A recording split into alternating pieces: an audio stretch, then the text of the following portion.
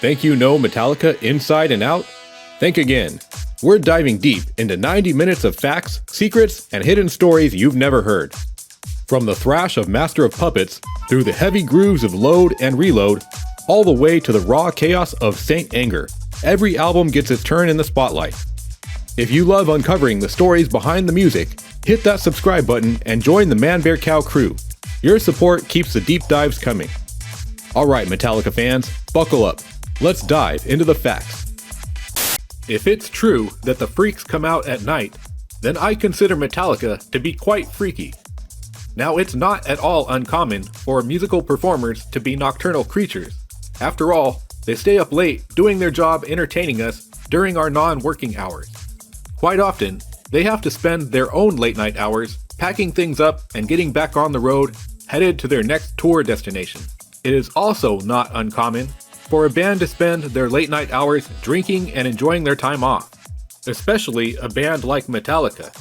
A band so well known for their excessive drinking that venues often knew to stock their bars in advance of Metallica's performances, as a band would typically drink themselves into a festive mood before going on stage. So why not carry those same hours and routines while working in the studio? Well, that's exactly what Metallica did, opting to record Master of Puppets at Sweet Silence Studios in Copenhagen, Denmark, where the band began work each day at 7 p.m. Now, those who live in or have been to Denmark know just how dark things can get in the fall months, with members of the band waking up in the afternoon to begin what is essentially a graveyard shift. I mean, hey, a graveyard shift of recording music is still a graveyard shift, right? Even if it doesn't crush a person's soul in the way of working in an office does. The members of Metallica must have grown quite pale as their exposure to the sun was minimal. With all this darkness, perhaps Master of Puppets should have been called the Black Album. Boo this man!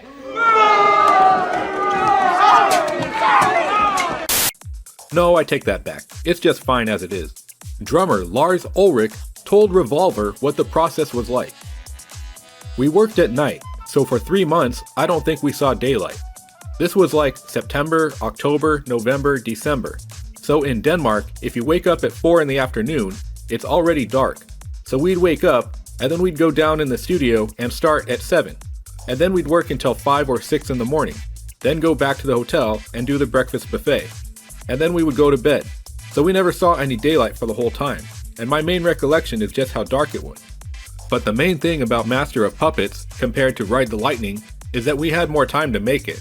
We were originally going to record in Los Angeles, but our management had figured out that, with the way the currency was, we could get 12 or 14 weeks of studio time in Denmark, instead of 8 weeks in LA. And that was important because at that time, the big thing that was driving the records was sonics. You needed more time to get the big drum sounds. It was the time of Pyromania and Back in Black, and it was all about how big the kick drum sounded. So it was important to have more time in the studio, and that's why we were in Denmark.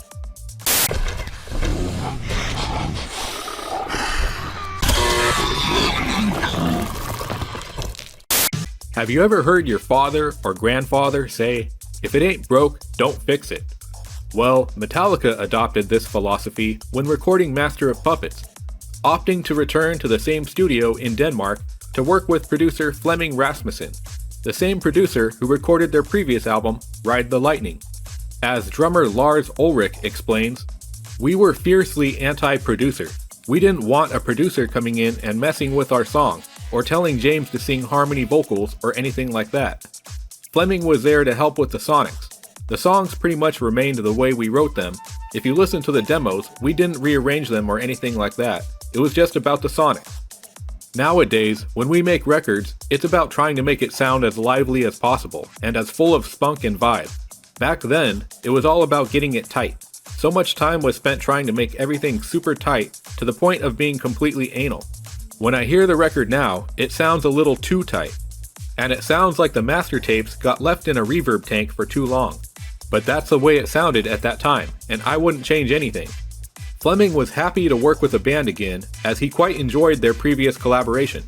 He also got to witness the band's growth between the two albums, watching Metallica go from a band of couch crashers to a band who could now afford their own hotel room.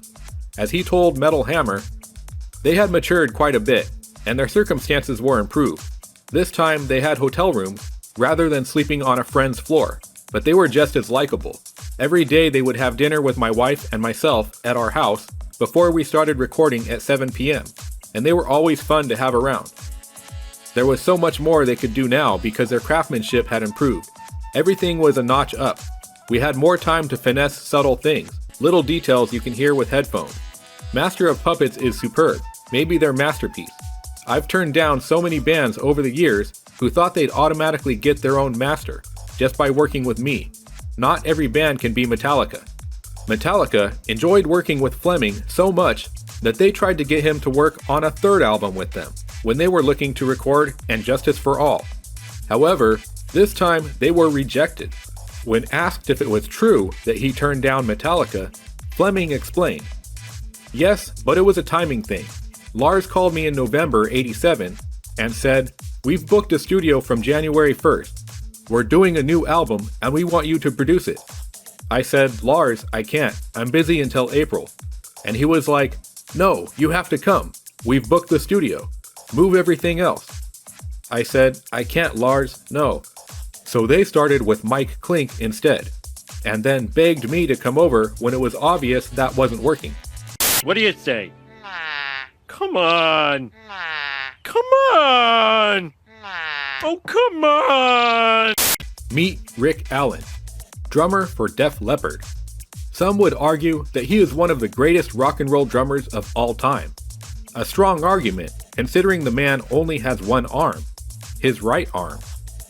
Metallica drummer Lars Ulrich was seeking a specific snare drum sound for the recording of Master of Puppets, the kind of sound that comes only from a Ludwig Black Beauty snare drum. The only person he knew of that owned one was Rick Allen, who at the time was still recovering from the car accident which took his left arm. Suddenly, a light bulb popped up over Lars's head. Album producer Flemming Rasmussen told Rolling Stone about the phone call Lars made to Rick's manager. So Lars called their manager and said, "Hey, Rick's not using the snare right now. Can you send it over?" The next day it was there. They just overnighted it. Then, on one of his days off, he went to some music shops in Denmark and found one that had been sitting on a shelf for like 10 years, and it cost the 1976 price. Now he's got like 20 of them.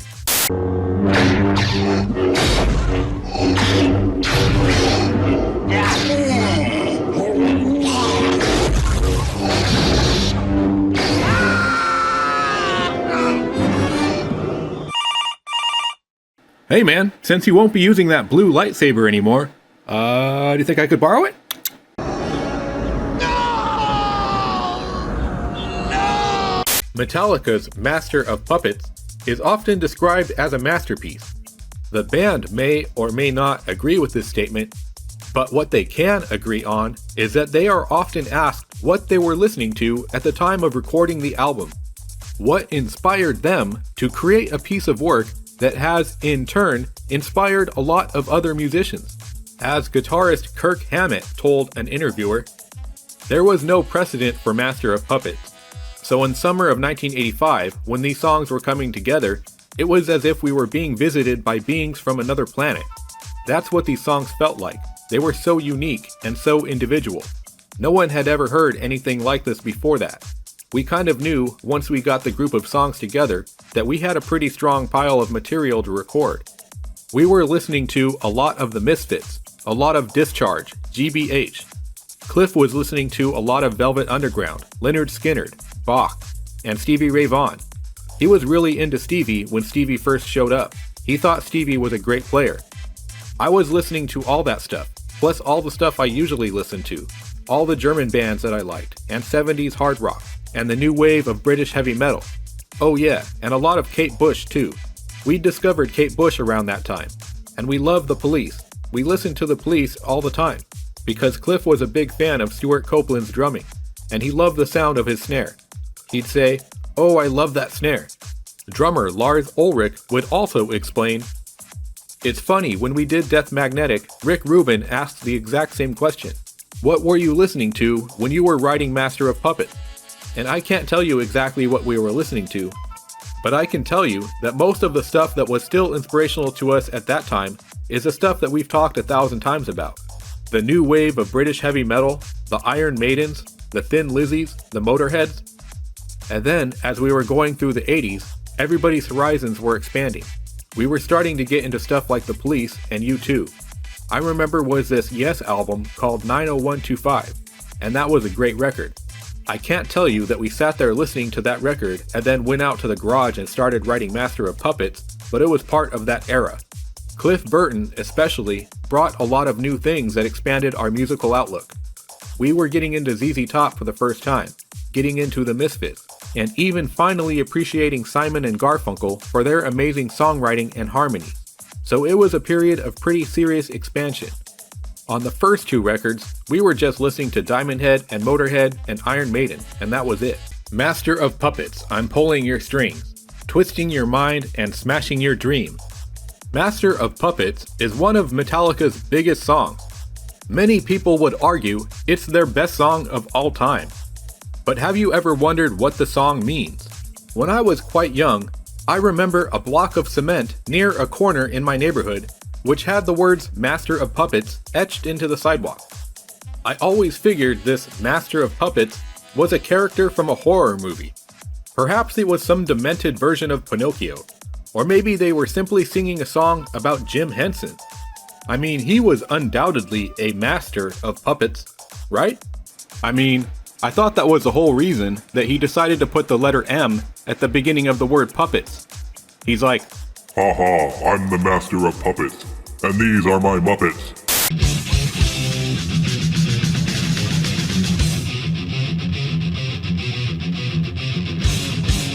Well, I'm afraid the inspiration for the song is a tad more sinister, as the song describes drug addiction. James Hetfield wrote the song after attending a party in San Francisco, where he witnessed some things that he would rather have not seen. As he told Rolling Stone, "I just went to this party in San Francisco and there were a bunch of sick freaks shooting up, and it made me sick. It's not about any drug in general, but people being controlled by drugs and not the other way around." Does anybody want to suck by a town? While the inspiration for the song is fairly dark, James Hetfield was able to use the moment as a beacon of light to warn others. A light that would shine far and wide, as the song would go down as number 2 in Rolling Stone's 100 Greatest Heavy Metal Songs of All Time. Second only behind Black Sabbath's Black Sabbath. While the lyrics are definitely memorable, many people credit the amazing guitar work for the success of the song. Former Metallica guitarist Dave Mustaine told Songfacts about the time he witnessed Lars Ulrich and James Hetfield create the song's iconic riff. "I watched him on a piece of shit acoustic guitar write the opening riff. You know what that was? It was a guy with a guitar that doesn't know how to play. It wasn't anything really mind-blowing by any means. The way James played it made it mind-blowing." The song quickly became bassist Cliff Burton's favorite from the band's catalog, as he explained in a 1986 interview, "My favorite song is Master of Puppets. I think it's the best Metallica song yet." Some people describe the ebb and flow of the pacing in the song to describe the cycle of a drug addict. The song begins aggressive and frantic, like a drug addict seeking their next fix. Partway through the song, the listener descends into a beautiful lullaby of guitar solos, which might mimic the high portion of the drug cycle, before crashing back down in a frenetic energy as the so-called master regains control of his puppet. Producer Flemming Rasmussen allegedly asked the band to tune their guitars lower than usual for the song so that it could be sped up in the mixing process, which was all done on tapes back in the mid-80s. That one took some time. There are a lot of different parts and melodies, but it's a primo song. We banged it out a couple times and decided on the one with the best feeling, because they'd have to play it live. Now without lettuce.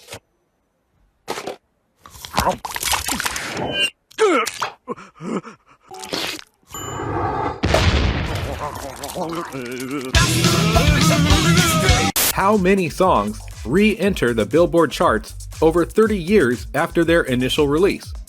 Well, not many. a unique honor for Metallica's hit song Master of Puppets, which regained popularity following its inclusion in a scene from the season 4 finale of the popular Netflix series Stranger Things. The series was known for using popular music from the 80s to match the time period in which the show takes place. The show's producers, Matt and Ross Duffer, collectively known as the Duffer Brothers, wrote the song into the show's script as they felt the song was a must-have to help illustrate their vision. As the show's music supervisor, Nora Felder, explains, "It was another one of those 'it has to be this song' moments. This part of the story was anticipated to be a pivotal and especially hair-raising scene. I believe the Duffer Brothers felt that playing Master of Puppets throughout the extended scene was the clear choice. No other song was discussed further, and we jumped in to clear it straight away. I got in touch with Metallica's management office and carefully went over the scene and what the intent would be. I knew the clearance would be taken seriously as we had used one of their songs in season 2, and had learned at that time that they were fans of the show. Master of Puppets is a pretty significant song in their catalog, and I think it's considered a favorite in their live shows. I wanted to be respectful in making sure that Metallica fully understood what context the song was being used in, plus how integral it was to the scene and for this exciting new character, Eddie Munson, who no one had met yet in previous seasons. I mean, yeah, I guess I could see where something like Benny Hill theme music would not be appropriate for this particular scenario.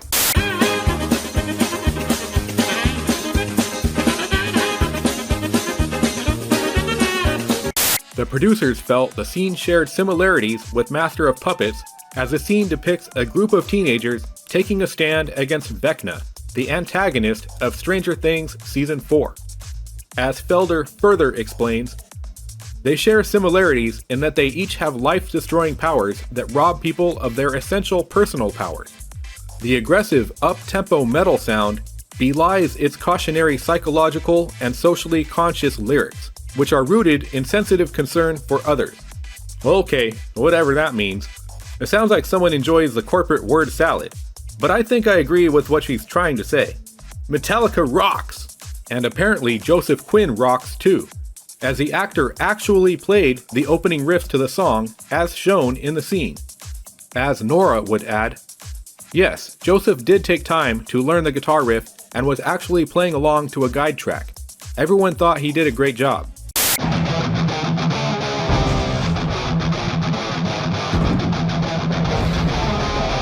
Is Megadeth guitarist Dave Mustaine the Goblin King? Okay, hear me out. David Bowie starred in the 1986 film The Labyrinth, in which he steals a baby and taunts a young girl to get it back. He also wrote the song Ziggy Stardust, which includes the lyrics, "Making love with his ego, Ziggy sucked up into his mind, like a leper messiah." Metallica took inspiration from David Bowie and named a song on Master of Puppets, Leper Messiah. Guitarist Dave Mustaine, who was kicked out of Metallica in 1983, would accuse Metallica of stealing some of his riffs on the song. He would also claim that drummer Lars Ulrich taunted him about the stolen riffs. Okay, well maybe that would make Lars the Goblin King. Or maybe I just wanted an excuse to do this.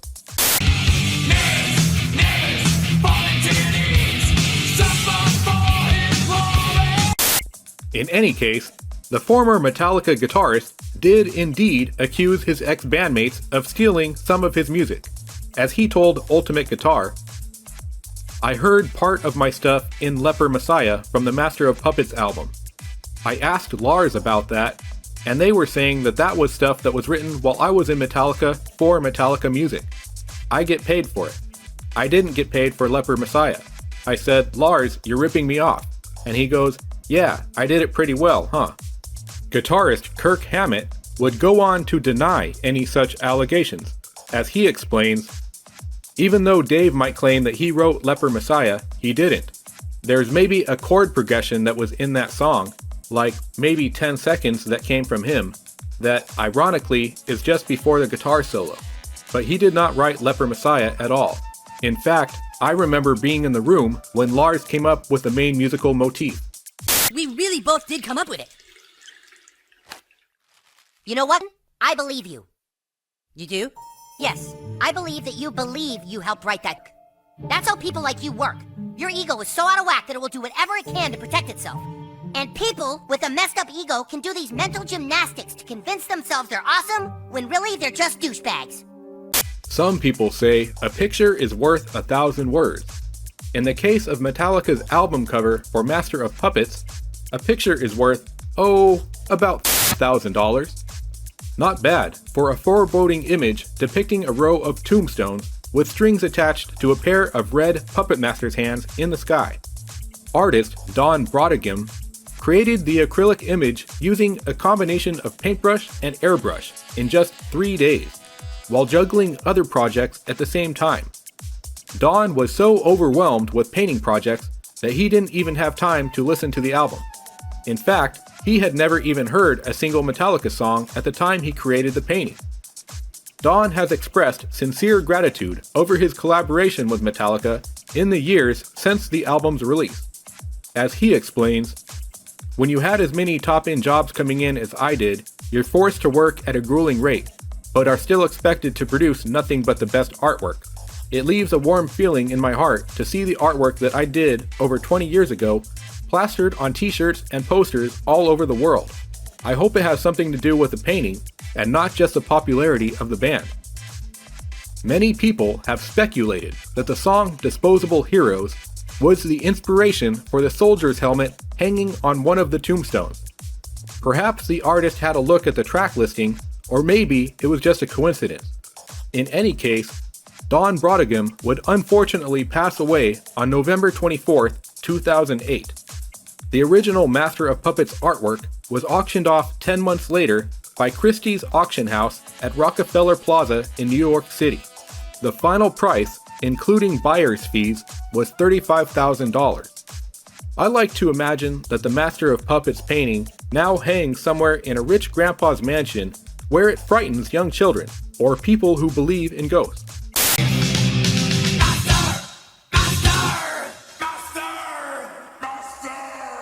On September 27, 1986, the music world was struck with tragedy when Metallica's talented bassist Cliff Burton lost his life in a horrific accident at the young age of 24. The incident occurred while the band was on tour in Sweden, promoting their third studio album, Master of Puppets. Cliff Burton was asleep in a bunk location he specifically chose for himself by winning a contest to see who got to sleep in the bunk. Cliff Burton randomly pulled an ace of spades from a deck of cards, winning his preferred choice, to which Kirk said, "Fine, I'll sleep up front. It's probably better anyway." The first card that Cliff picked was the ace of spades, and he looked at me and said, "I want your bunk." And I said, "Fine, you take my bunk, I'll sleep up front. That's probably better anyway, you know." Singer James Hetfield chose to sleep in a lounge near the back of the bus because he didn't want cold air seeping in from the windows, giving him a sore throat and affecting his singing voice. As the tour bus made its way through a remote area, it suddenly skid off the road and tumbled over, throwing a sleeping Cliff Burton through the window before landing on top of him, killing him instantly. As James Hetfield told an interviewer, "My throat was going bad, so I was asleep in the back lounge. The tour buses you see here are all metal-sided, but it was all windows on the side, and that was the main cause of death. It hit so-called black ice, skidded out and bounced once, and that's when he went through the window and the bus went right on him. It was pretty quick, and I know he didn't know what hit him." He overcorrected to get back onto the road, and as he did, the back end came around this way, and it started chomp, chomp, chomp. It's the sound of screeching brakes and being flipped around like a piece of clothes in a dryer. Reports differ as to what exactly caused the bus to skid off the road. The bus driver claims that the bus hit a patch of black ice. However, James Hetfield was quite skeptical. After pulling himself from the wreckage, he walked back and forth along the road looking for the so-called patch of black ice, and was unable to find one. Police who investigated the scene were also unable to locate any patches of black ice on the road. Making matters worse, when the bus was being lifted by a crane so that paramedics could get to Cliff's body, the bus slipped and fell on Cliff a second time. A frustrated and confused James Hetfield explained, "Coming out and finding your buddy under the bus is not something you want to go through. Our first reaction was anger, one of the things we're good at. Why did this happen? Where's the driver? Let me smell your breath. I walked for miles looking for this black ice in my underwear when it's 20 below. There were screams from the crew who were still trapped in there, screaming in pain. Broken collarbones, toes, all that.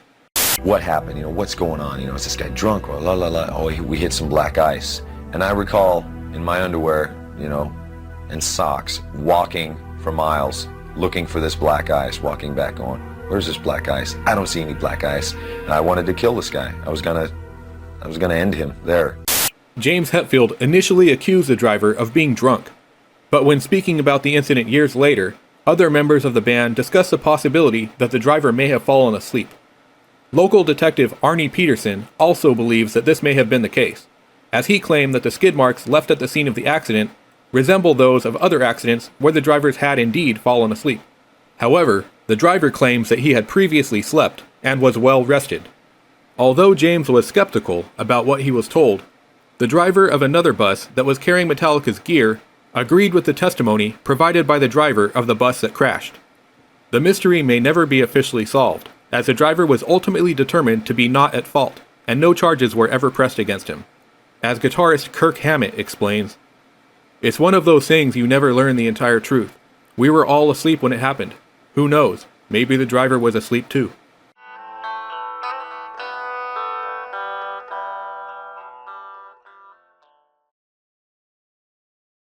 Have you ever had a sandwich that could take a bite out of you? Well, Kirk Hammett did. A deviled ham sandwich, to be exact. Although he didn't eat it, because he had recently become a vegetarian before recording Metallica's Master of Puppets. The sandwich had been thrown at him by someone in the crowd during a festival performance. The photograph on the back of the album provides visual proof that a sandwich did indeed take a bite out of Kirk Hammett. Ha! Hey! Look at the sandwich! It's gonna bite you! Ow! Damn sandwich took a bite out of me! Oh! As the guitarist explains, the back cover shot of me where I'm giving a dirty look to the camera, that was because I had just become a vegetarian back then, and we were at the Donington Festival. Someone threw a deviled ham sandwich from the audience, and it smashed right on my brand new Black Jackson Flying V, and I was so pissed. I looked over to the side, and I saw my guitar tech laughing, and I saw photographer Ross Halfin laughing, and I just gave them a dirty look, and then Ross took the shot, and that's the shot that's on the back of Master of Puppets. Which begs the question, did the person throw a deviled ham sandwich at Kirk Hammett because he was a vegetarian? Or was it because his last name is Ham-It? Smashing idea, man.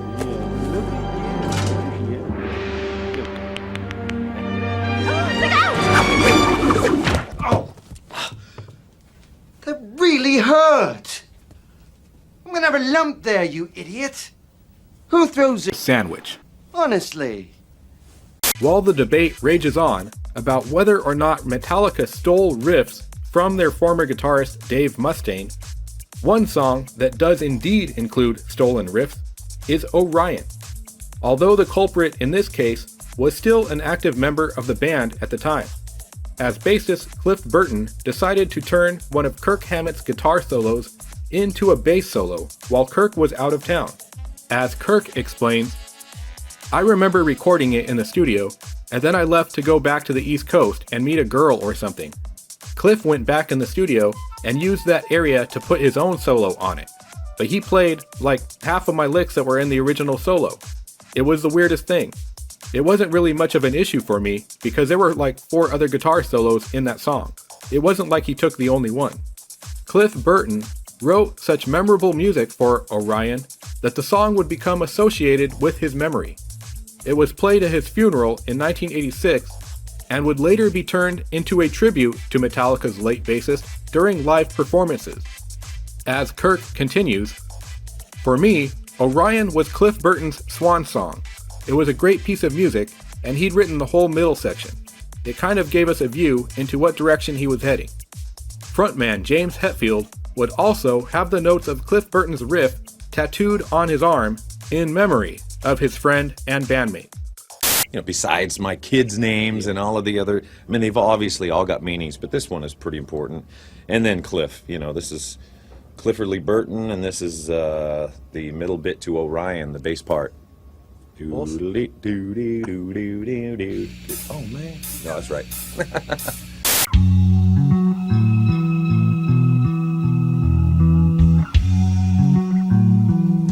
All songs on Metallica's Load were recorded in E-flat.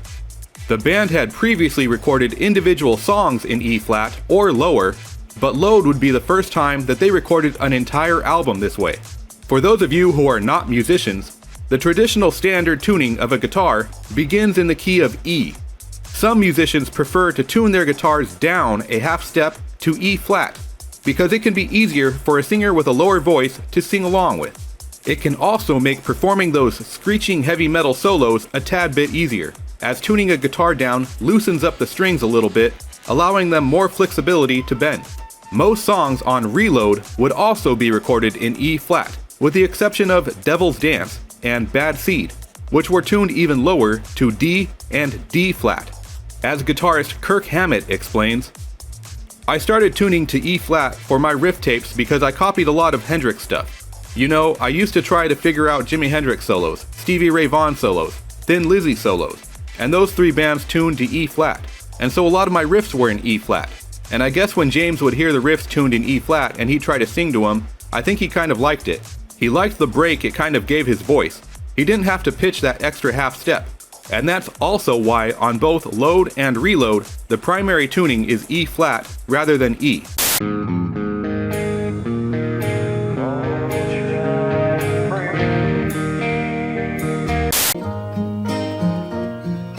Once there was this kid who... Have you ever looked at the album art for Metallica's Load or Reload and wondered what the heck it was supposed to be? Perhaps you were like me and assumed it was an abstract painting of a flame, or maybe a lava lamp. Well, I'm afraid that the answer is something far more disgusting. In fact, the artwork isn't a painting at all. The image was created by artist Andre Serrano, who was creating a series of artistic photographs with bodily fluids.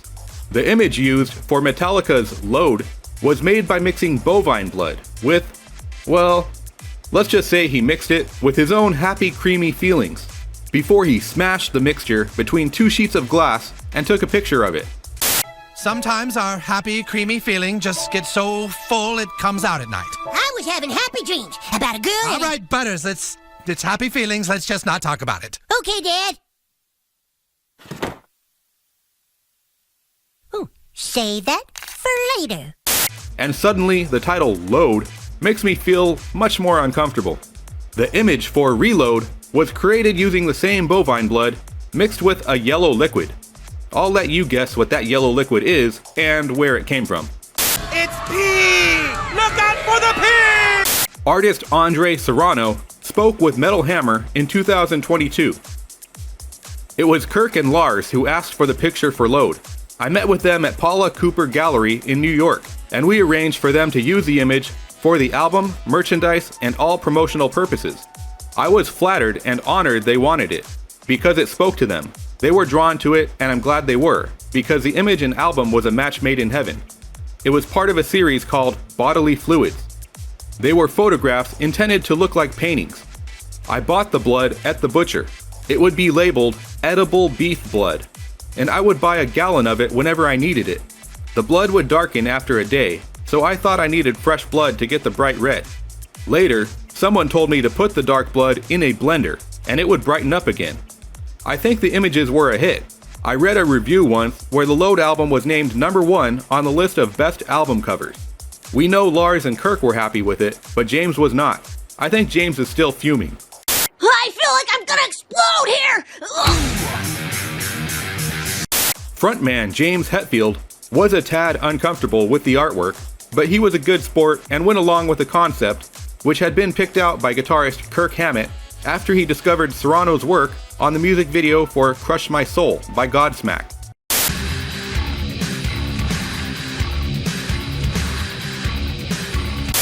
As Hetfield told Classic Rock magazine, "The whole cover thing, it went against what I was feeling. How can I put this? Lars and Kirk were very into abstract art, pretending they were gay. I think they knew it bugged me. It was a statement around all that.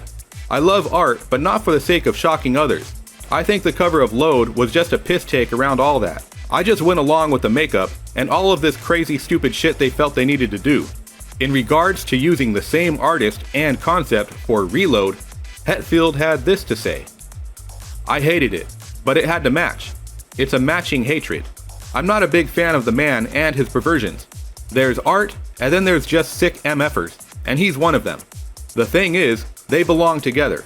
I don't care if the guy blows donkeys. The art had to match. I'm being creative. Now, if you'll excuse me, I still have some work to do. Oh, paw twisted me. Oh, paw twisted me. Some people say that change is a good thing. However, the heavy metal community in 1996 was not one of these people. Many people were quite bothered by the fact that Metallica changed their image for Load by altering their logo, and, well, this would also mark the first time that fans would see Metallica without their signature long heavy metal hair, and fans were not very happy.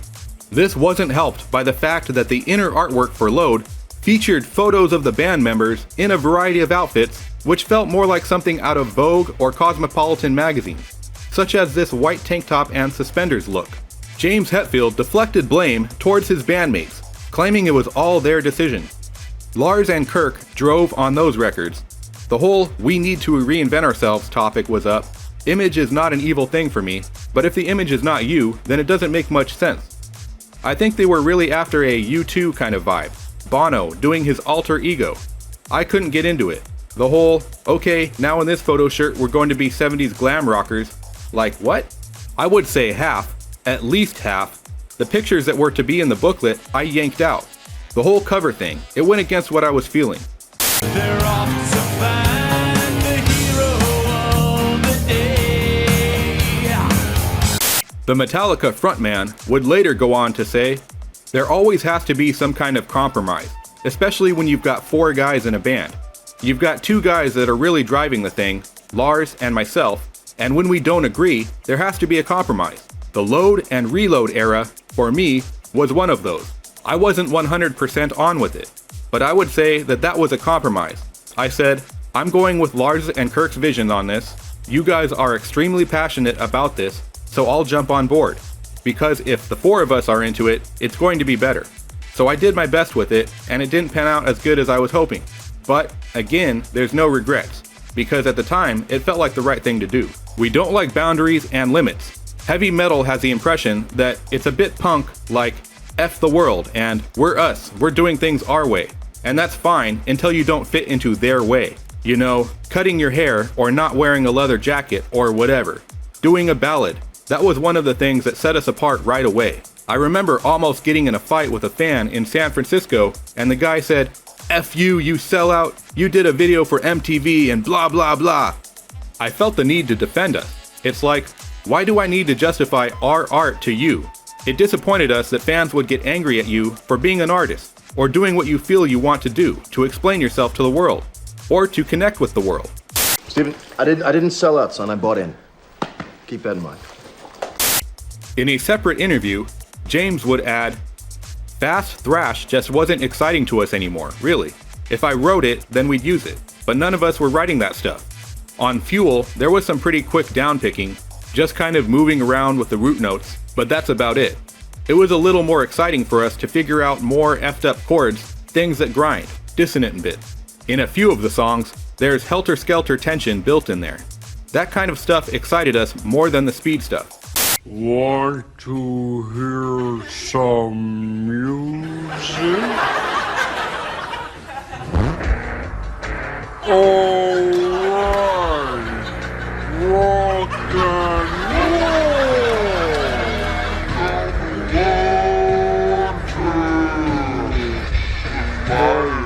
Metallica originally wanted to release Load and Reload as a double album. However, once the band began working on the material, they decided it was best if they made 2 separate albums instead. Load was recorded over 10 months at The Plant in Sausalito, California, between May 1995 and February 1996, with the album released on June 4th. Metallica would take any leftover material back to the same studio in July of 1997, where they spent the following 3 or 4 months fleshing out what would become Reload, released in November of that year. Guitarist Kirk Hammett spoke with Guitar World. "We were going to do them both as a double album, but we didn't want to spend that long in the studio. Also, if we did a double album, it would have been a lot more material for people to digest, and some of it might have gotten lost in the shuffle." Number 5. Dr. No. Producer Bob Rock has worked with a variety of talented artists, including Motley Crue, Aerosmith, and David Lee Roth. He also had great results working with Metallica on their self-titled Black album, so Metallica brought him back to work on their 5th and 6th studio album, Load and Reload. However, this decision didn't come without its own little controversy. Metallica are a no-nonsense band and often enter the studio knowing exactly what they want to create. This can bother some producers who often like to have some creative input on the albums they work on. Bob Rock once referred to James Hetfield as Dr. No, because he was always saying no to the producer's suggestions. Hello. No. No what? No. Well, all right, then be like that. Here, swallow this. As he told Louder Sound, "There's always a warming up period on every project, and it just took a while longer with them. They had one way of doing things, and they didn't really trust outsiders. Not just me, they were suspicious of everybody. I can say that I'd never been involved with people who were as intense as them, but the tensions came when I challenged them or they challenged me. It was never personal. But the thing is, I never said, 'No, you're wrong.' I just showed them other ways to potentially get what they wanted. It's well known that by the end, both engineer Randy Staub and I said we didn't want to work with them again. But that's because we were so beat. 8 months in that environment would test anyone. But some of the best work comes out of tension. With all the great bands, Jagger and Richards in the Stones, Steven Tyler and Joe Perry in Aerosmith, there's friction. Metallica are not wimps. They believe that they're the best band in the world, and everyone else needs to get out of the way. In this industry, when something has the impact that the Black Album did, it only makes sense to put that team back together. If it ain't broke, don't fix it." The previous sessions were intense, but when we started Load, we put all that had happened behind us and moved on. To be clear, I have lots of happy memories from the Black Album too. They're great people to hang out with, and we had a lot of fun. My 15 years working with Metallica were some of the best times of my life. Feeling better? No. What a lot of lovely comics you've got. Do you like them? No. Right.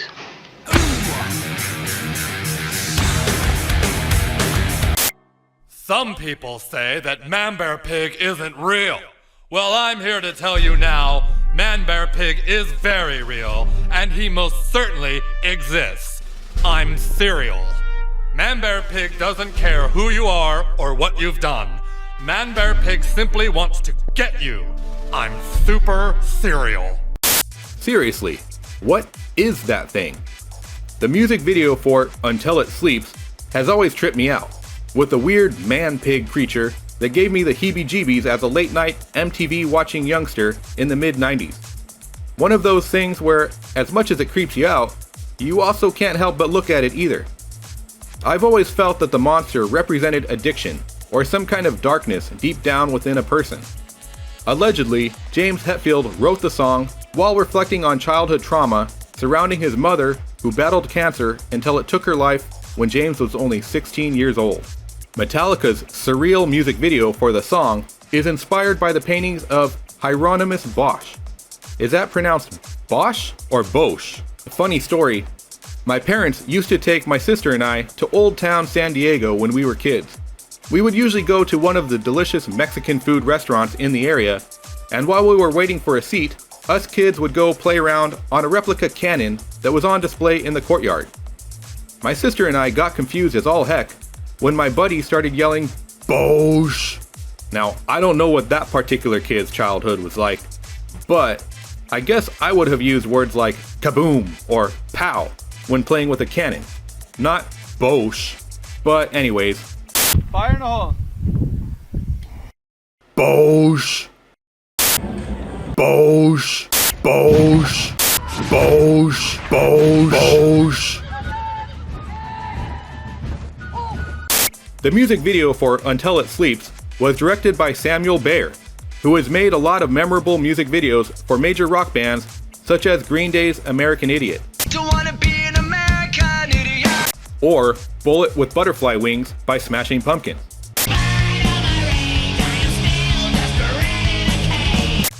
And Welcome to the Black Parade by My Chemical Romance. Among many, many more. Can you guess which music video Samuel Bayer directed for Nirvana? If you're like me and guessed that it was Heart-Shaped Box, where do I take this pain of mine? Based on the use of similar surrealistic religious imagery and themes,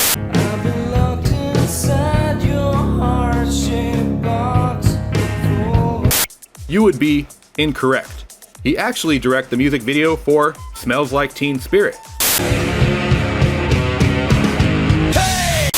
While working on Until It Sleeps, Sam took inspiration from a handful of Bosch paintings, most notably a work called The Garden of Earthly Delights, a painting known as a triptych, which features 3 panels of related artwork. The first panel portrays the Garden of Eden. I don't know what kind of gospel this man is spreading, but he seems to be having quite a profound experience. The middle panel portrays humans enjoying their time on Earth, doing a lot of, shall we call them shenanigans? The third and final panel represents hell, where we can find the man-bird frog monster eating people that Metallica borrowed for the third act of the music video. Yum yum. Thank you for cutting your hair. Now I can digest you. Now that I think about it, the man-bear-pig creature may represent the biblical Adam's original sin, as the pig beast can be seen with an apple in his mouth, which had earlier been hanging on the tree at the beginning of the video. Or maybe it's just a barbecue reference. Yon meet too sweet as summer's wafting breeze. Can I have some? Mine ears are open only to the pleas of those who speak ye old English. Where do I take this pain of mine? I run, but it stays right by my side. Whatever. Whopper, Whopper, Whopper, Whopper, Junior, Double, Triple, Whopper. Get me a Whopper. Be careful what you wish for, because you just might get it. Appears to be the theme that surrounds Metallica's King Nothing, a song about somebody so obsessed with fame and power that he doesn't care about anything else and will stop at nothing to achieve their goal, all the while oblivious to the fact that their fame and power ultimately means very little. The music video focuses on a king, or let's just call him a guy with a Burger King crown.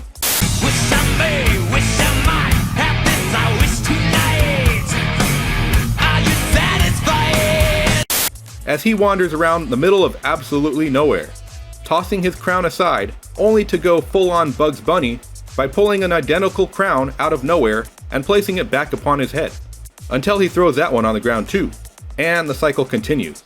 Technically, the middle of nowhere was Park City, Utah, where the video was filmed by director Matt Mahurin. You may recognize some other music videos he's created, including Primal Scream by Motley Crue,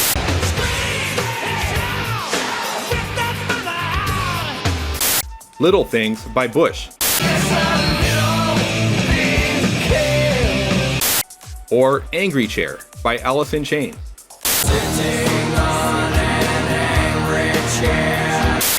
He also worked with Metallica previously on their video for The Unforgiven,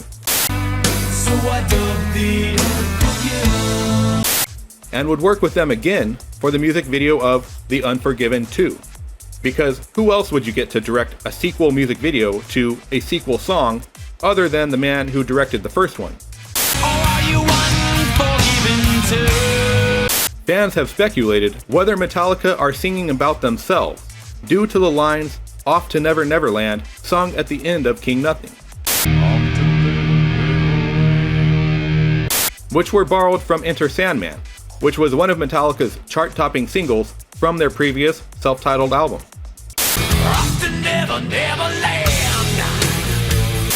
Metallica were arguably the kings of thrash metal at the time. Perhaps the band felt that this title ultimately didn't mean much, as they elected to take their music in a different direction for Load and Reload. One fan in particular suggests that James Hetfield was messing around with playing the Enter Sandman guitar riff backwards, which evolved into the riff for King Nothing.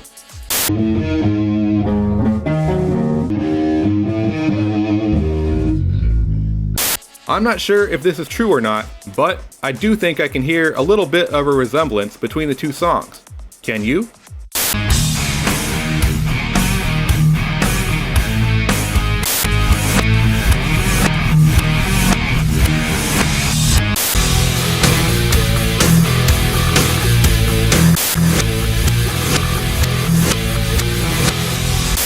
With lyrics that read, "I am the priest that feeds the beast. I am the blood. I am release."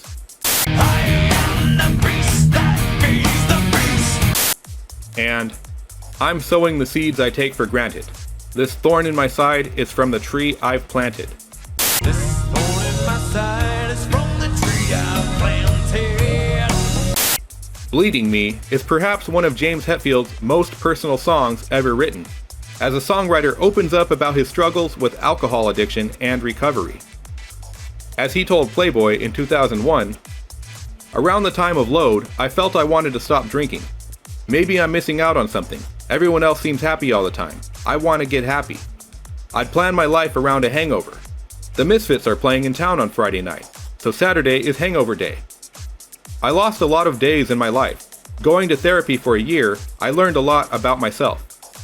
There's a lot of things that scar you when you're growing up, and you don't know why. The song Bleeding Me is about that. I was trying to bleed out all bad, get the evil out. While I was going through therapy, I discovered some ugly stuff in there, a dark spot. I took more than a year off from drinking, and the skies didn't part. It was just life, but less fun. The evil didn't come out. I wasn't laughing, wasn't having a good time. I realized drinking is a part of me. Now I know how far to go. You can't be hungover when you got kids, man. Dad, get the F off the couch." Well, they don't say that, yet. I'm pushing to stay with something better. This really goes beyond my training as a furniture salesman, sir. Now, if you don't want the sofa, I'll have to ask you to leave. The Memory Remains is a song that was written during the 1995 Load sessions, but would not be fully completed until 1997 as the first single for Reload. Fortune, fame, mirror, vein, gone insane, but the memory remains. Fortune, fame, mirror, vein, gone insane, but the memory remains. The song describes a Hollywood celebrity who has long outlived their 15 minutes of fame. And whom else would come to mind when thinking of washed-up movie stars besides Marianne Faithfull? After her breakup with Mick Jagger from the Rolling Stones, her career was never quite the same. Okay, I'm kidding, but I really don't know much about Marianne Faithfull, other than she was a popular singer and actress from the 60s with a distinctive voice that had allegedly developed as a result of either laryngitis or years of drug abuse, possibly even a combination of the two. This unique vocal characteristic was dubbed whiskey-soaked by some critics. It was also this unique vocal characteristic that caused producer Bob Rock to recommend Marianne to perform guest vocals on The Memory Remains, because he felt her voice would be a good fit for the song. As James Hetfield told an interviewer, "We needed a real character, been through it all voice. We got a hold of her and she agreed to do it. So we flew to Dublin on the way to Belgium. We met up with her in the studio, went in and got her drunk, and then she sang this bit. It was perfect. She definitely had the voice, and it created a real eerie vibe."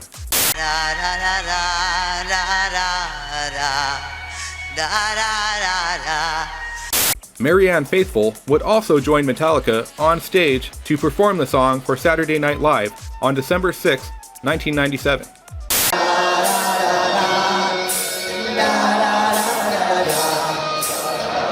Load and Reload would mark the final albums with Jason Newsted on bass, who had joined the band in 1988 prior to releasing And Justice for All.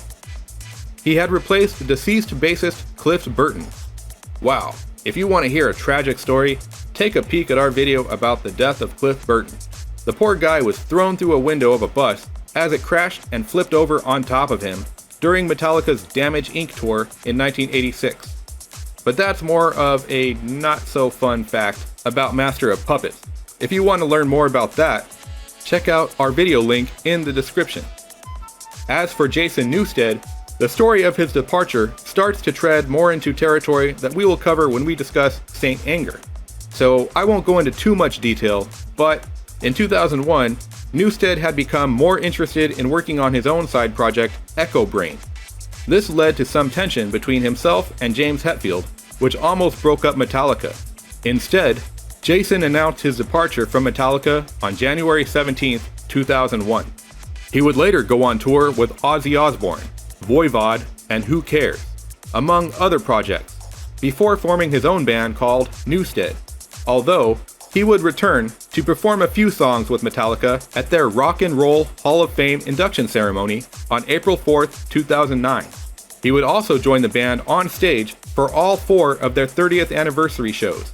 So he has remained in touch and on good terms with his former colleagues despite the breakup. As he told Rolling Stone in 2009, "I tell you very honestly, 1,000,000,000%, I have never regretted leaving Metallica. It was the right thing for everyone. It was the right thing to do for the camp. That's it. I've never told anyone that I wanted to go back or anything like that. Not once. I made up my mind. It was not an easy thing to do, but it was something I had to do. I thought about it very much before I pulled the trigger, and because of that, I have never looked back. The past is where it's supposed to be." You look like you've got something to say. Do you? Yes, I certainly do. I have to go now. My planet needs me. Bassist Jason Newsted never really received fair credit during his tenure with Metallica. He joined the band after beloved bassist Cliff Burton died tragically in an accident involving Metallica's tour bus while on tour supporting Master of Puppets. Fans would eventually learn to embrace him and what he did for the band during a run of 4 highly successful albums, but they were initially apprehensive and somewhat apathetic towards him. This wasn't helped by the fact that on his first album with the band, Metallica turned the volume of his bass guitar down so low that you really can't even hear him. People frequently joke about And Justice for All being the Metallica album without bass, even though it would be Saint Anger, in which the band technically didn't have a bassist. That job would be performed in the studio by producer Bob Rock. Some of you might be thinking, wait a minute, I thought Robert Trujillo joined Metallica for Saint Anger. Well, you are correct. However, he would join the band after Saint Anger had already been finished. Robert had no creative input on the songs written for Saint Anger, but Metallica still gave him a credit in the album's liner notes to help make him an official member of the band, a title he still holds as of the making of this video. After having some of his creative ideas shot down by Metallica, Jason Newsted was looking outside of the band for ways to express himself. One of these ideas include the formation of his band Echo Brain. This caused a rift between Jason and Metallica frontman James Hetfield, who was concerned that the project would interfere with Metallica. When Metallica's management at Q Prime began discussing the idea of promoting Jason's Echo Brain album, James contacted management and pressured them to drop support of Jason's album. As Jason explains, "And so they had told me pretty convincingly, this is a great record. We've been playing it around the office. It's fantastic. This kid has a great voice. Let's do something with this." That's what they told me. And then James heard about it and was not happy. He was, I think, pretty much out to put the kibosh on the whole thing, because it would somehow affect Metallica in his eyes. Because now the managers were interested in something I was doing that had nothing to do with him. I have no idea what he was thinking, other than just protecting what he valued, just like he does. That's his thing. He protects what he loves, squeezes it too hard. That's where I was coming from. The people that I had counted on for 15 years to help me with my career, help Metallica, take care of my money, do all those things, told me, "Your new project is fantastic. We'd like to help you with it." James heard about it. The manager called me back a couple days later. "Sorry, we're not going to be able to help you with that Echo Brain thing." During a band meeting in early January of 2001, Jason suggests that Metallica should take a year-long break, which would allow Jason time to pursue his side project. This idea was also shot down by James Hetfield. Tired of having his creative ideas shot down, in January 17, 2001, Jason Newsted announced his resignation from Metallica, quitting the band after 15 years and 4 studio albums. Drummer Lars Ulrich spoke with an interviewer just 2 years after Jason's departure and expressed a bit of sorrow over how Jason was treated during his tenure with Metallica. Jason was overlooked, and the ironic thing is that the model for what would have been the perfect Metallica in Jason's mind is the one that exists now. That is kind of ironic. It's also a little sad, because Jason's a good guy, and he put a lot of effort into the band for many years, and in retrospect, he was never really fully accepted into the band. Then, when he tried to go elsewhere to satisfy his creative needs, he was told, well, barked at, that he couldn't. Fuck you, fuck you, fuck you, you're cool.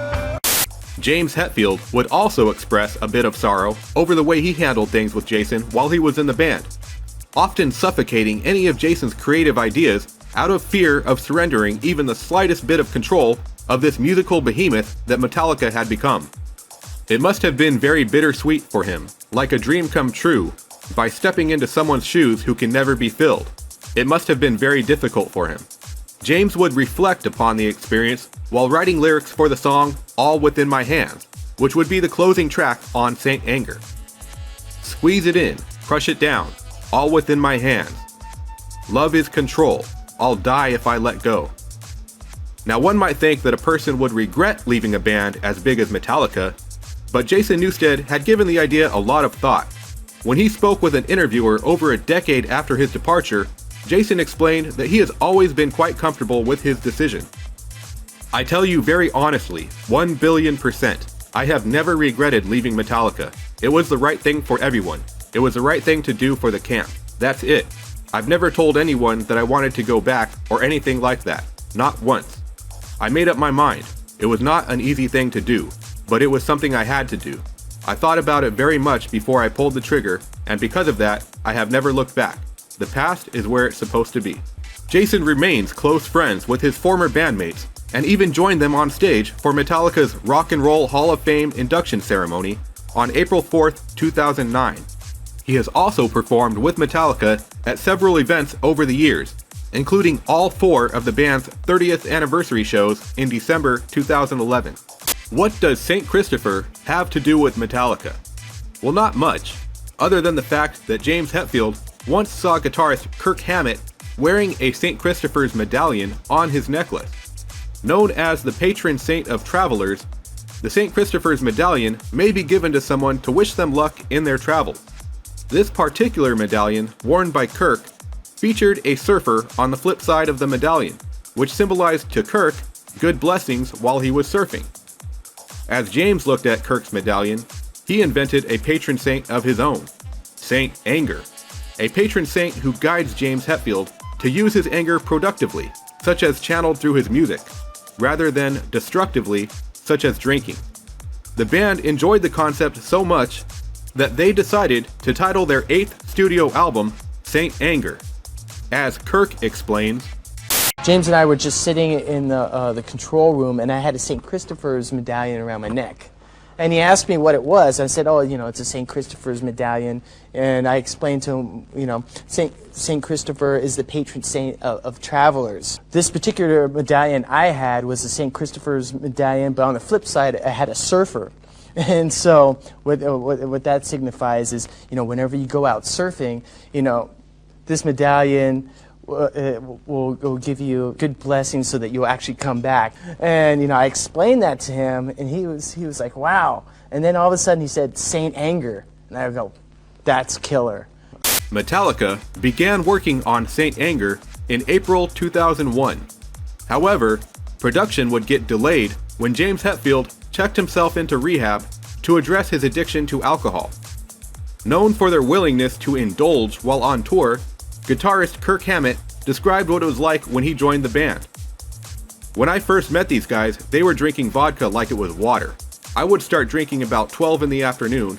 We would arrive at the club and go straight to the bar and see how much booze we could consume for free. And by the time we went out on stage, we were almost always sauced. It became part of our legend. People would know when we were coming into town to stock their bars and make sure there was always a lot of booze for us to drink.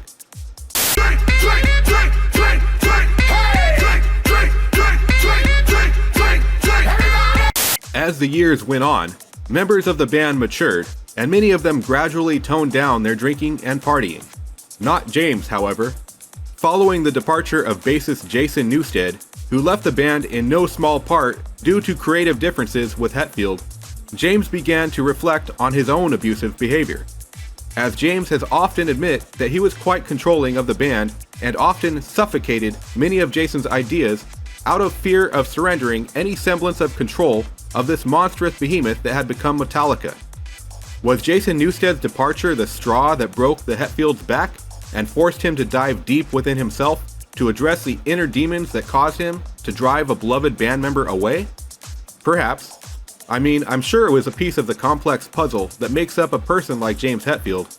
As drummer Lars Ulrich confessed, Jason is the only member of Metallica who has ever left willingly. That in itself is a statistic, and the resentment from James and I was just so, you can't do that, you can only leave if we want you to leave. And then we weren't equipped at the time to do a deep dive into why he was leaving. You can see 20 years later, it makes complete sense. We write the songs, we make the decisions, we do all of it. You have no creative outlet in this band. You have no creative voice. Then when you go and do something that gives you satisfaction in a way for you to express yourself to the rest of the world, then we get pissed at you. Then that resentment then goes to you leaving the band.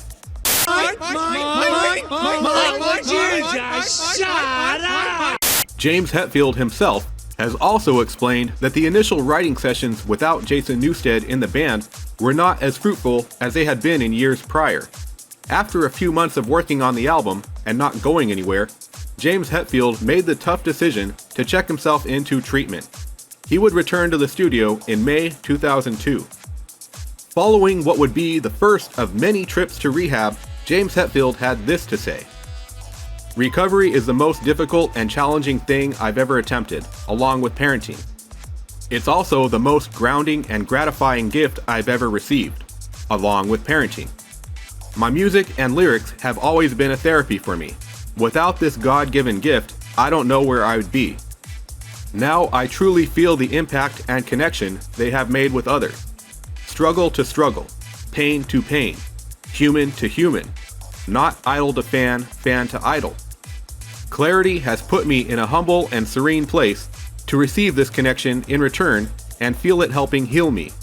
Every breath I take becomes deeper, and I become more confident of myself without my crutches. The lies I've filled my body and soul with aren't needed anymore. They're not welcome. I choose to live, not just exist." Oh, glory of glories. Oh, heavenly testament to the eternal majesty of God's creation. Holy macaroni! When James Hetfield returned from his first stint in rehab in 2002, one of the first things Metallica did was record a handful of Ramones cover songs. These songs would include We're a Happy Family, Cretin Hop, Now I Want to Sniff Some Glue, Today Your Love, Tomorrow the World, Commando, and 53rd and 3rd. I ate green berets for breakfast. And right now, I'm very hungry. The last of those songs would be included on a Ramones tribute album co-produced by Rob Zombie, called We're a Happy Family, a tribute to the Ramones. Some of the other songs would find their way to the public's ears as B-sides on Metallica singles.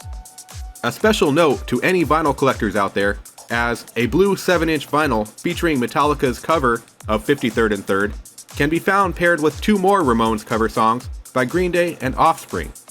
If you're into that sort of thing, this record seems to be quite hard to find and is very valuable due to its rarity. Metallica would submit their version of 53rd and 3rd to the album's producers on June 5th, 2002, a day that would take special significance due to the fact that original founding member and bassist D.D. Ramone had passed away, unbeknownst to Metallica. Co-producer of Metallica's 2004 documentary, Some Kind of Monster, Joe Berlinger noted that guitarist Kirk Hammett was visibly spooked by the coincidence.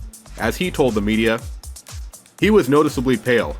"That is fucked up," he said. "That is fucked up." He got up and left the room.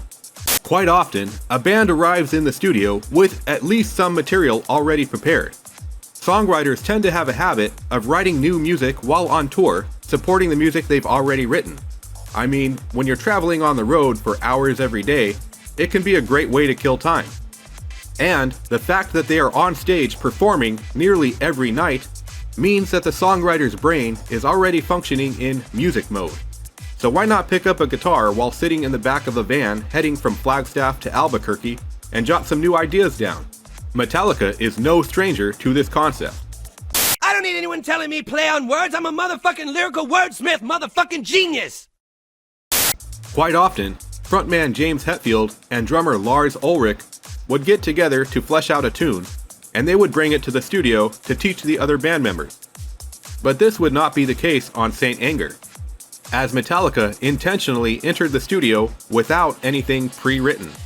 They wanted this album to be raw, spontaneous, and the result of a group effort, even if that group was missing one of the 4 contributing pieces.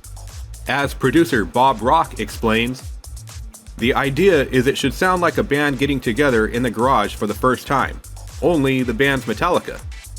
After Metallica's group effort had created enough songs, producer Bob Rock sat down with all of the material and began stitching it together like Dr. Frankenstein, cutting out parts of songs and rearranging them in his music production software.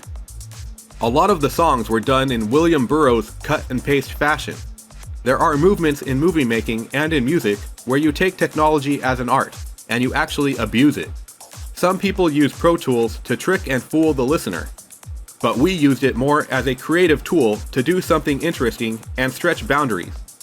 Technically, you'll hear cymbals go away and you'll hear bad edits. We wanted to disregard what everybody assumes records should be and throw out all the rules. I've spent 25 years learning how to do it the so-called right way. I didn't want to do that anymore. Hey, hey, hey! Who rules? Rules!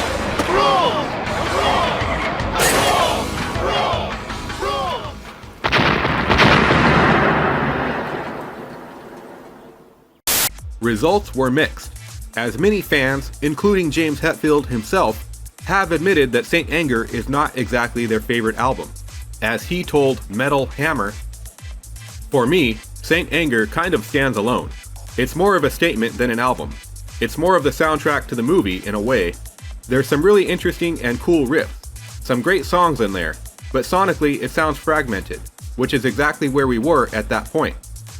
But in that fragmentation, it brought us together. So it was a very necessary piece of the puzzle to get us where we are today." Frontman James Hetfield admits that the songwriting on Saint Anger suffered a hit with the departure of bassist Jason Newsted. The album would be the only Metallica studio release to feature the band as a 3-piece. As a result, the band decided that they wanted to record something a bit more raw and stripped down, even going so far as to avoid including guitar solos. Not a single one can be found anywhere on the album.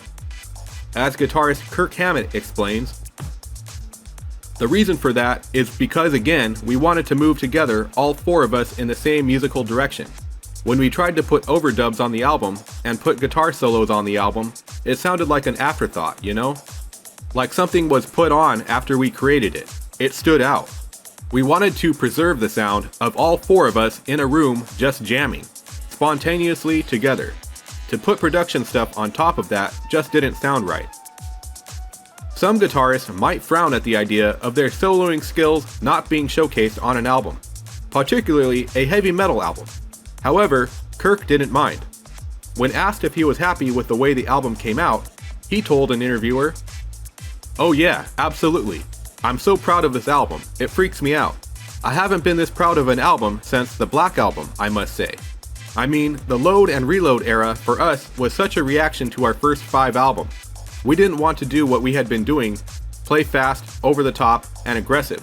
If anything, the Load and Reload era was a big experiment in hard rock. We needed to do these albums for us to make Saint Anger. If we would have made Saint Anger in the mid-90s, it wouldn't have been fresh and as exciting for us as it was now. It would have felt like doing the same old thing. We needed to balance it out. When we finally got around playing fast and aggressive again, it sounded fresh. You need to get to point A to be able to make point B sound better, you know? Are you gonna miss your solos? No. No? Oh, don't cry, are you? It's my party, and I'll make Lars cry if I want to, said Kirk Hammett. Okay, I take that back. He never said such a thing. Those are my words and my words only. However, the recording period for Metallica's Saint Anger was definitely a very tense time for the band. So tense, in fact, that somebody forgot to inform drummer Lars Ulrich about plans to celebrate guitarist Kirk Hammett's 40th birthday party. When he showed up at the studio, only to discover everyone dressed in tropical theme for the party, complete with Hawaiian shirts and leis, Lars felt left out. He did leave us with some juicy quotes as he took his plate of food to sulk in another room. As Some Kind of Monster co-producer Joe Berlinger explains, Lars felt snubbed and stalked into another room with a plate of food to eat in silence. Nobody throws me a birthday party, he sulked. Life is an eternal birthday party for someone else, he said. Then added, let's just say, life is a limp hoo-ha with an occasional derpy-doo.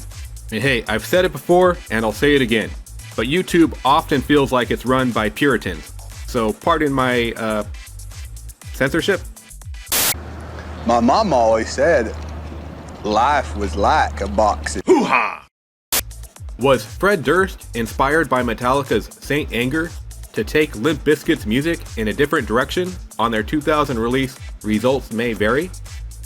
Maybe it was simply the departure of guitarist Wes Borland, but when Limp Bizkit postponed the release of their album shortly after Lars Ulrich had played a handful of Saint Anger songs for the man in the red hat, he and Kirk Hammett speculated whether or not their music had an influence on Durst. I have a suspicion that once this album drops and people hear it everywhere, I just have this suspicion that bands are gonna get heavier and start playing faster again. I just have a suspicion that they are. I'll tell you one thing, Lars played Fred Durst 4 songs of our new album, and the next week, Fred Durst postponed the release of the new Limp Bizkit album and started rewriting it. Lars and I were talking about it. Did he postpone it because he wasn't satisfied with it? Or did he postpone it because he heard our direction and wanted to be contemporary with it? It's interesting. We'll see. He never gets respect.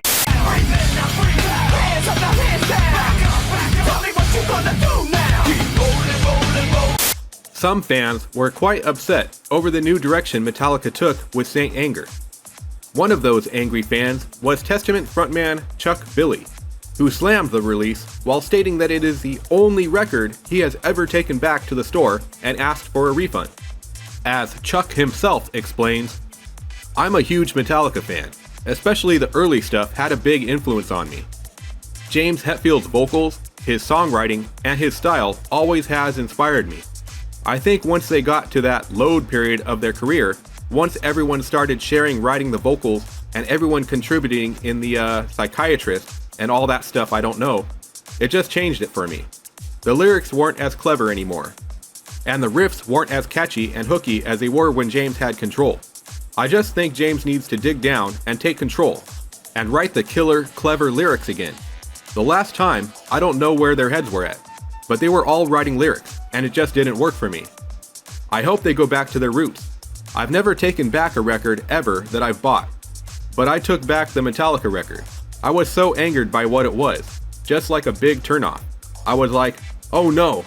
It was definitely taking a stand for that, because I've always been a big Metallica fan and supporter. Ooh, I hear this really sucks. Director's commentary. I'm sorry. I am really sorry. Ugh! I don't know what I was thinking. This is the face that stones you cold. This is the moment that needs to breathe. These are the claws that scratch these wounds. This is the pain that never leaves. The lyrics to Metallica's Some Kind of Monster appear to describe exactly that, a monster of some kind. Is it a Frankenstein-like beast assembled from the parts of others? Is it something hiding underneath your bed? Is it a song that describes Metallica? All these answers may be correct, as James Hetfield once described the lyrics of the song to producer Bob Rock as describing a horrific creature of some sort, or some kind of monster. Some people have come to the belief that the song is indeed about Metallica, a monstrous beast that has grown so out of control that nobody can tame it. A belief that is further reinforced by the band naming their 2004 documentary after the song. James Hetfield has even described the burden of fame that comes from being involved with Metallica as monstrous. Some Kind of Monster was one of the first songs assembled for Saint Anger, and would go through a handful of changes before the final song was completed. Although it was one of the first songs completed, it would be released as the final single for the album on July 13, 2004. The song would be nominated for Best Hard Rock Performance at the 2005 Grammy Awards. However, Scott Weiland, Slash, Duff McKagan, and the other two members of Velvet Revolver would walk away with that particular award for their song Slither. While Some Kind of Monster is much about James Hetfield coming to terms with his anger, when asked by an interviewer if part of writing music for a band like Metallica requires holding on to a certain level of anger, James had this to say. Ha ha ha. Well, that's a great question. I think every person that goes through something like what I've gone through very much worries about that. But the creativity, it will come from where it has to come from. Anything can be digested and be spit out Metallica-like. I'm not going to start writing about picking flowers now. When I'm happy, I'm writing the heaviest riff possible. Being happy is not overrated, but also, there will always be anger issues with me, no matter what. There always seems to be another cool piece of the puzzle revealed.